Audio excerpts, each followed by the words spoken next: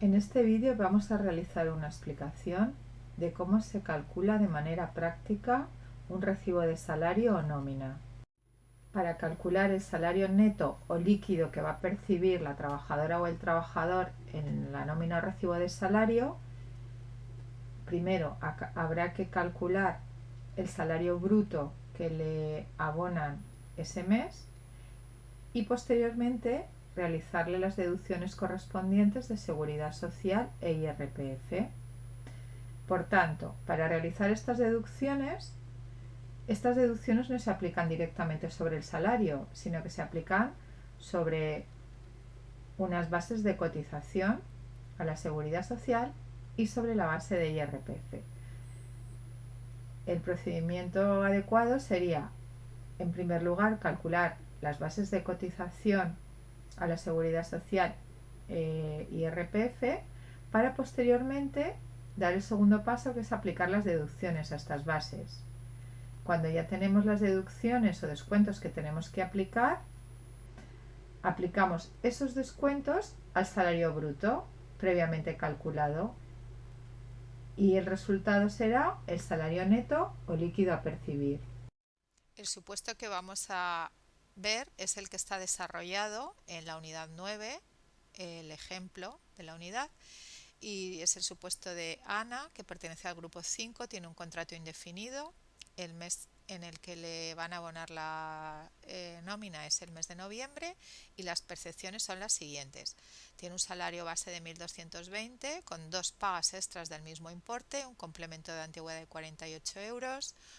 Le han abonado dietas este mes por manutención con pernocta en Valencia de 60 euros y por estancia que han sido justificados por la trabajadora de 50 euros. Aparte ha realizado un curso que le ha abonado la empresa por exigencias del trabajo de 200 euros. Le han abonado horas extras por convenio de 45 euros y la retención aplicable del IRPF es del 10%. En primer lugar, lo que vamos a hacer es sumar la cantidad total del salario que ha percibido esta trabajadora. Entonces, tenemos el salario base, 1.220, complemento de antigüedad, las dietas tanto de estancia, 50 euros, como la pernocta, el curso por exigencias de trabajo y las horas extras. Lo que no sumamos son las pagas extras, la prorrata. ¿Por qué? Porque no se las están pagando este mes. El enunciado no dice que esté cobrando la prorrata de las pagas extras mensuales. Por tanto, para calcular el salario bruto no se suman. Como veis, en la parte derecha de la diapositiva tenéis lo que sería el recibo de la nómina, donde se van reflejando todas estas cantidades.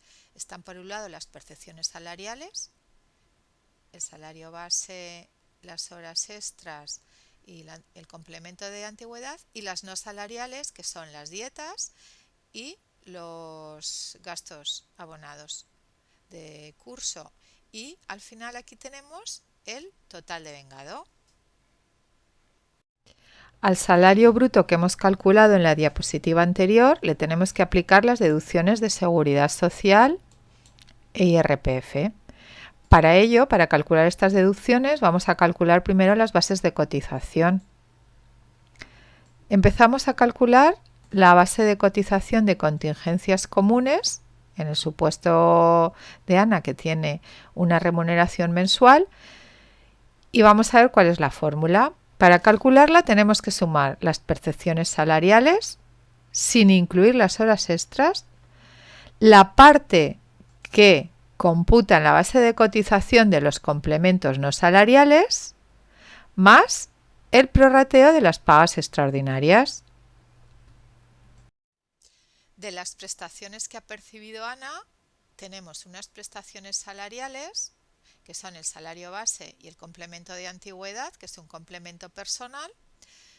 Y como hemos comentado en la diapositiva anterior, aunque es una prestación salarial, las horas extras no la incluiríamos para calcular la base de cotización de contingencias comunes. Y luego tenemos las prestaciones extrasalariales, que serían las dos dietas y el abono de curso por exigencias de trabajo. Nos vamos a la tabla de percepciones extrasalariales que tienen algún tipo de limitación de cotización en las bases de la Seguridad Social o de tributación en la base del IRPF. Si observamos la tabla, tenemos primero, en las primeras columnas, el concepto de los distintos complementos que tienen alguna limitación de cotización o tributación. En esta columna de aquí nos dice el importe del complemento que está exento de cotización y en esta otra columna el importe que computa en la cotización. Y luego en esta última columna nos dice cómo se comporta en la base del IRPF. Como veis, la mayoría de complementos se hace lo mismo que en la cotización, igual que en cotización. En el supuesto de Ana, le han abonado unos gastos de estancia de 50 euros que ha justificado con una factura que ha pedido en el hotel. Si nos vamos a la tabla, nos dice que está exento de cotización el importe justificado. Por tanto, al haber justificado los 50 euros, esta cantidad no se va a incluir dentro de la base de cotización. Además, le han pagado unos gastos de manutención de 60 euros con pernocta en Valencia, por tanto, dentro de España.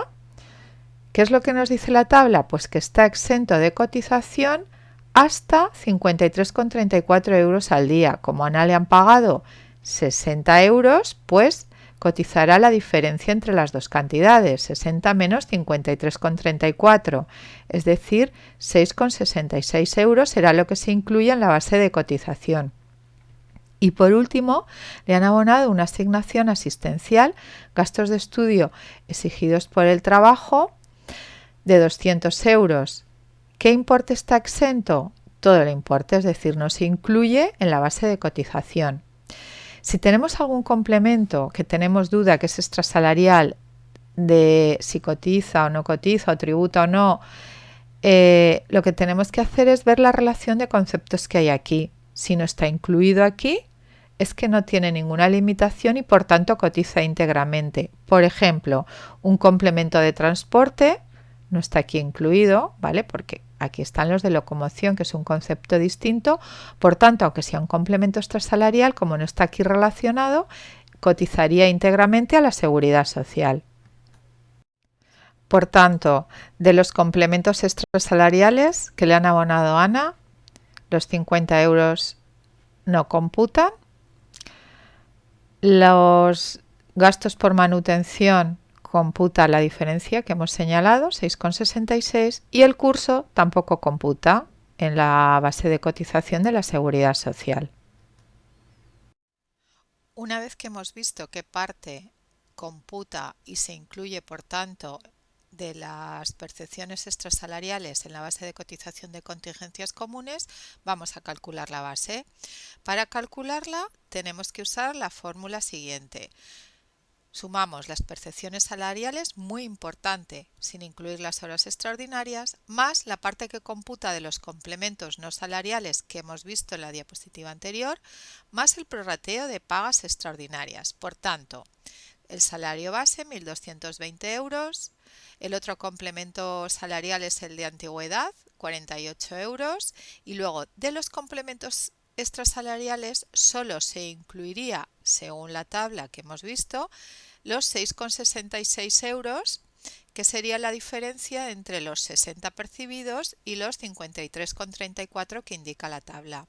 Además, sumaríamos la parte que corresponde a ese mes de la prorrata de horas extras, que serían 203,33, ya que se cotiza durante cada mes por el importe correspondiente del prorrateo de pagas extras. Por lo tanto, la suma total de todos estos conceptos sería 1.477,99 euros. Para calcular la base de cotización de contingencias profesionales, se suma la base de contingencias comunes más las horas extraordinarias.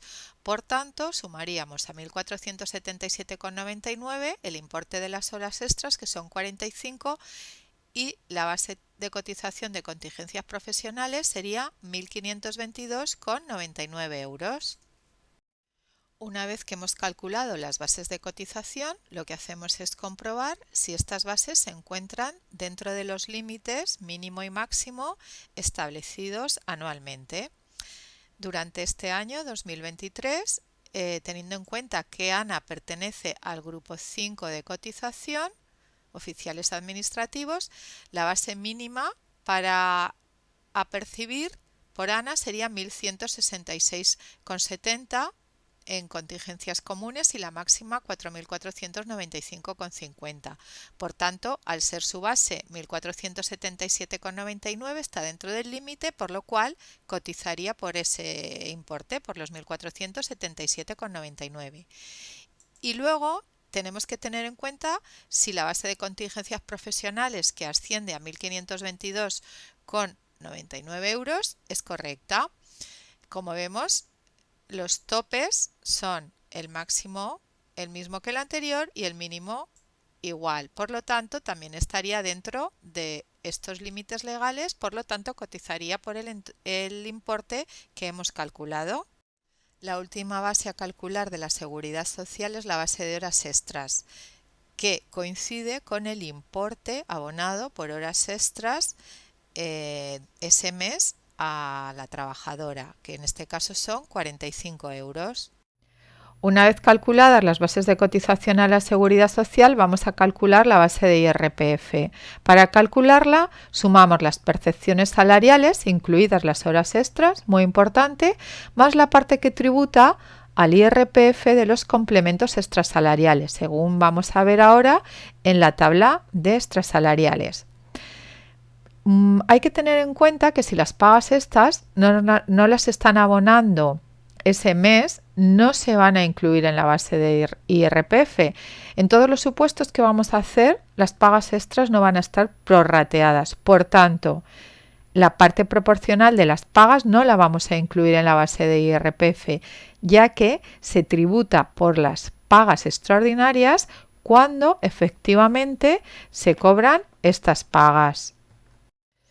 ¿Qué vamos a hacer con los complementos extrasalariales a nivel de IRPF? Pues en esta columna que tenemos a la derecha nos va diciendo el importe que computa de estos complementos en la base de IRPF. El primero, los gastos de estancia, los 50 euros, te dice que se hace igual que en cotización, es decir, que está exento. En el segundo, los de manutención por pernocta en España, que eran 60 euros, aplicamos, según nos dice la tabla, lo mismo que en la cotización, es decir, que está exento hasta 53,34 y que se incluye únicamente el exceso, es decir, los 60 euros menos los 53,34 se incluirían, igual que hemos hecho con las bases, 6,66 euros en la base de IRPF. Y el último complemento, los gastos de estudio exigidos por el trabajo, en la base de IRPF se hace lo mismo que hemos hecho en la cotización, es decir, que está exento todo el importe y por tanto no lo incluimos dentro de la base de IRPF. Para calcular la base de IRPF vamos a sumar las percepciones salariales que percibe Ana, incluidas las horas extras, muy importante, más de las extras salariales la parte de estos complementos que tributa al IRPF según hemos visto en la diapositiva anterior. Hay que tener en cuenta que si las pagas extras no están prorrateadas, es decir, no se le abonan a Ana todos los meses en su salario, no las vamos a incluir en su base de IRPF.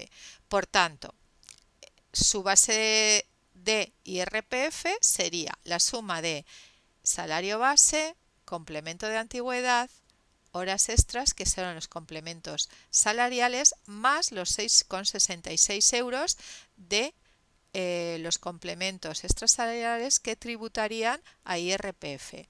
Por tanto, el total sería de la base de IRPF de Ana serían 1.319,66.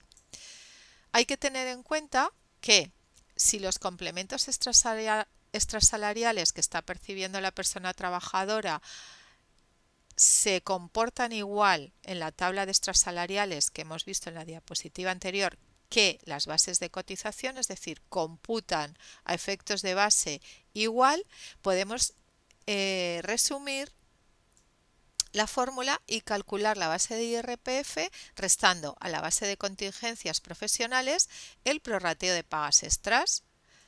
Sería a los 1.522,99 le quitamos el prorrateo y nos da el mismo resultado que en el anterior cálculo. Vamos a ver cómo se reflejan las bases que hemos calculado en el recibo de salario de Ana. Como vemos en la parte de arriba del recibo de salario están las percepciones y los descuentos realizados y el total que percibe, y en la parte de abajo está la parte informativa de las bases de cotización a la seguridad social y la base sujeta a retención de IRPF. En primer lugar tenemos la base de cotización de contingencias comunes, que el total es 1.477,99. Esta base está desglosada en la parte superior y tenemos por un lado lo que corresponde a la prorrata de las pagas extras y por otro lado el importe que corresponde a la remuneración mensual, es decir, a la base total 1.477,99. Si le descontamos la parte de prorrata de las pagas extras, nos da la remuneración mensual de Ana, que cotiza efectos de contingencias comunes, que sería 1.274,66 euros. En segundo lugar, tenemos reflejada la base de cotización de contingencias profesionales, 1.522,99. En tercer lugar, la base por la que se cotiza por horas extras, que es el importe de las horas extras. Y por último, aquí está indicada la base que está sujeta a retención del IRPF, que son los 1.319,66 euros. Una vez calculadas las distintas bases de cotización a la seguridad social, se procede a aplicar los distintos descuentos, los distintos tipos, a las bases que hemos calculado previamente. Como podemos ver en el esquema, los distintos descuentos a aplicar en la nómina del trabajador son los que figuran en la columna de persona trabajadora, que está en amarillo. Entonces, el primer descuento que se realiza sobre la base de cotización de contingencias comunes es un 4,8%.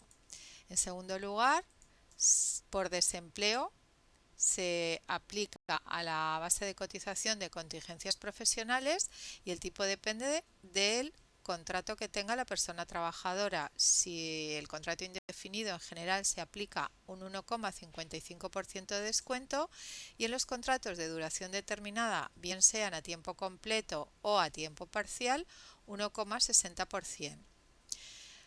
Posteriormente, también sobre la base de cotización de contingencias profesionales se aplica un descuento por formación profesional de 0,10%. Y si por la persona trabajadora se han realizado horas extraordinarias, en función del tipo de horas que se hayan realizado, se aplicará un descuento de un 2% si son de fuerza mayor y de un 4,7% sobre la base de horas extras por el resto de horas. Vamos a aplicar los descuentos vistos a la seguridad social sobre las bases de la diapositiva anterior en el caso práctico que estamos desarrollando. Empezamos con el primer descuento, que sería por contingencias comunes, un 4,8% sobre la base de contingencias comunes, que es 1.477,99. Por lo tanto, se le aplicaría un descuento de 70,94 euros. En segundo lugar, el descuento por desempleo, que va en función del tipo de contrato. En este supuesto, Ana tiene un contrato indefinido, por tanto, se le aplica un 1,55% sobre la base de contingencias profesionales. El importe a descontar serían 23,61 euros. El tercer descuento sería un 0,10%, que es el de formación profesional. Se aplica la base de contingencias profesionales y el importe sería 1,52 euros. Las horas extras, al ser horas extras de convenio, la base reguladora es el importe de las horas extras, 45 euros, aplicamos un 4,7% de descuento, por lo que tenemos un descuento de un 2,12 euros. el total a deducir por seguridad social al salario bruto del trabajador, que es la suma de los 4 descuentos que hemos visto, serían 98,19 euros.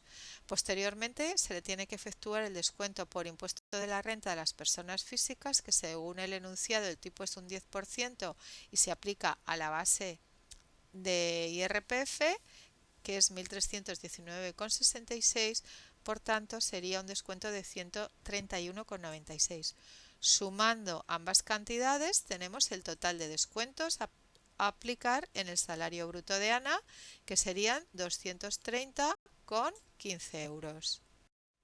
Por tanto, al salario bruto de Ana, que lo hemos calculado al inicio de la actividad, sumando los distintos conceptos que se le abonan este mes, excepto la prorrata de las pagas extras, es decir, a los 1.623 euros brutos que percibe Ana, le aplicaríamos el total de descuentos que hemos visto a la Seguridad Social y por IRPF en la diapositiva anterior.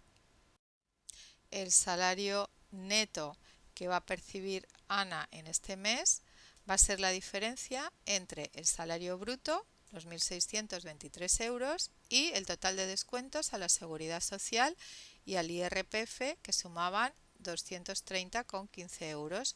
Por tanto, Ana percibirá en su nómina este mes 1.392,85 euros. Aquí vemos cómo quedaría el recibo de salario de Ana con todos los descuentos que hemos aplicado. En la parte superior del recibo de salario tenemos los devengos percibidos por Ana, tanto percepciones salariales como no salariales, por un importe total de 1.623 euros. En segundo lugar, se le aplicarían las deducciones que hemos calculado en la diapositiva anterior, que sería la suma de las de la Seguridad Social con la del impuesto de la renta de las personas físicas, y ese total a deducir, los 230,15 euros, se le aplican al salario bruto o total devengado, a los 1.623, por tanto el líquido total a percibir por Ana serían 1.392,85 euros. Y en la parte inferior del recibo de salario, como ya hemos visto en diapositiva anterior, estaría reflejada a título informativo las distintas bases de cotización por contingencias comunes, profesionales, horas extras e impuesto de la renta de las personas físicas.